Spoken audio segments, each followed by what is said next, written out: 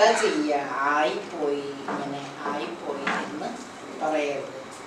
यह नहीं सुनेंगे, ഇത് കേൾക്കില്ല. आपके पत्र വേസ്റ്റ് പേപ്പർ ബോക്സ് में डाल. എന്ത് തുടങ്ങരുതെന്ന് പറയണ ബാബ, എന്ത് ചെയ്യാം ബാബ, ആയിപ്പോയി, മറന്നുപോയി, അങ്ങനെ പറയും. आपके पत्र जहाँ दृढ़ता है वहाँ सफलता नहीं हो, असंभव.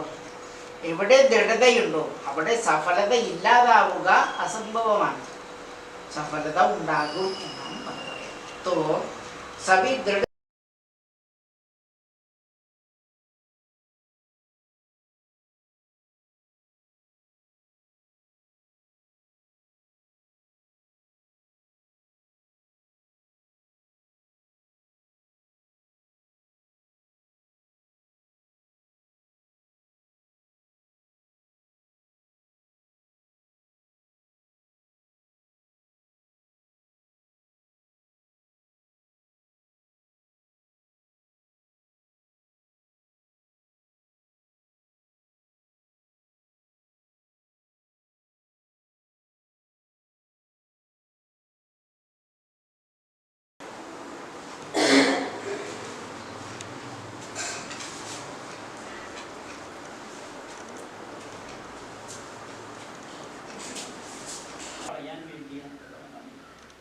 അപ്പോൾ എന്തഴുക്കാണ് ആത്മാവിന്? ആ അഴുക്കിനെ നീക്കം ചെയ്യാനാണ് നമ്മൾ ഭക്തി ചെയ്യുന്നത്. എന്തഴുക്കാണ് നിങ്ങളാകുന്ന ആത്മാവിലുള്ളത്? നിങ്ങളെല്ലാവരും പവിത്രമാണ്. ഓരോരുത്തരും ഓരോ സ്റ്റേജിലാണ്. ആത്മാവിൽ എങ്ങനെയാണ് അഴുക്ക് വന്നത്? എന്ത് അഴുക്കാണ് ആത്മാവിലുള്ളത്? അഴുക്കുണ്ടോ ആത്മാവിൽ? അങ്ങനെ അഴുക്കൊക്കെ വരും. ആത്മാവിൽ അതേത് ഗുണമാണ്?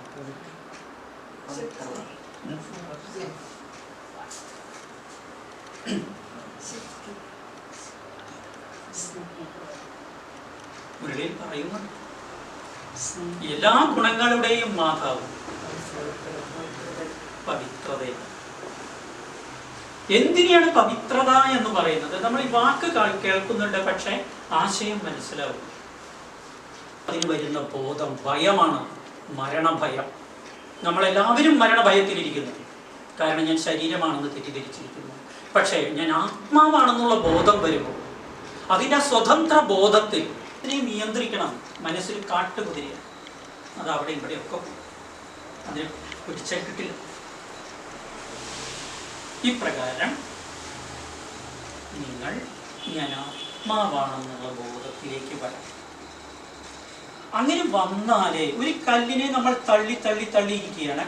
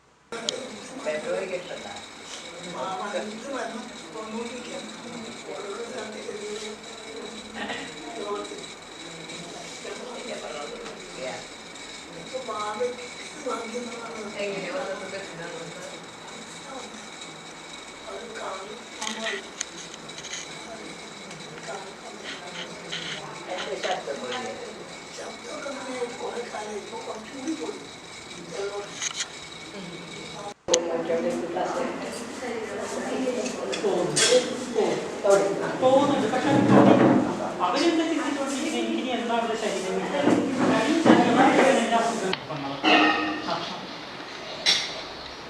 അങ്ങനെ ഈ ശരീരത്തിൽ ഇരുന്നു കൊണ്ട് ആത്മാവ് കർമ്മം ചെയ്യുകയാണ്. അതുകൊണ്ട് നിങ്ങൾ മനസ്സിലാക്കി, ഈ ശരീരം എന്ന് പറയുന്നത് ആത്മാവിനെ പ്രകൃതിയോട് ബന്ധം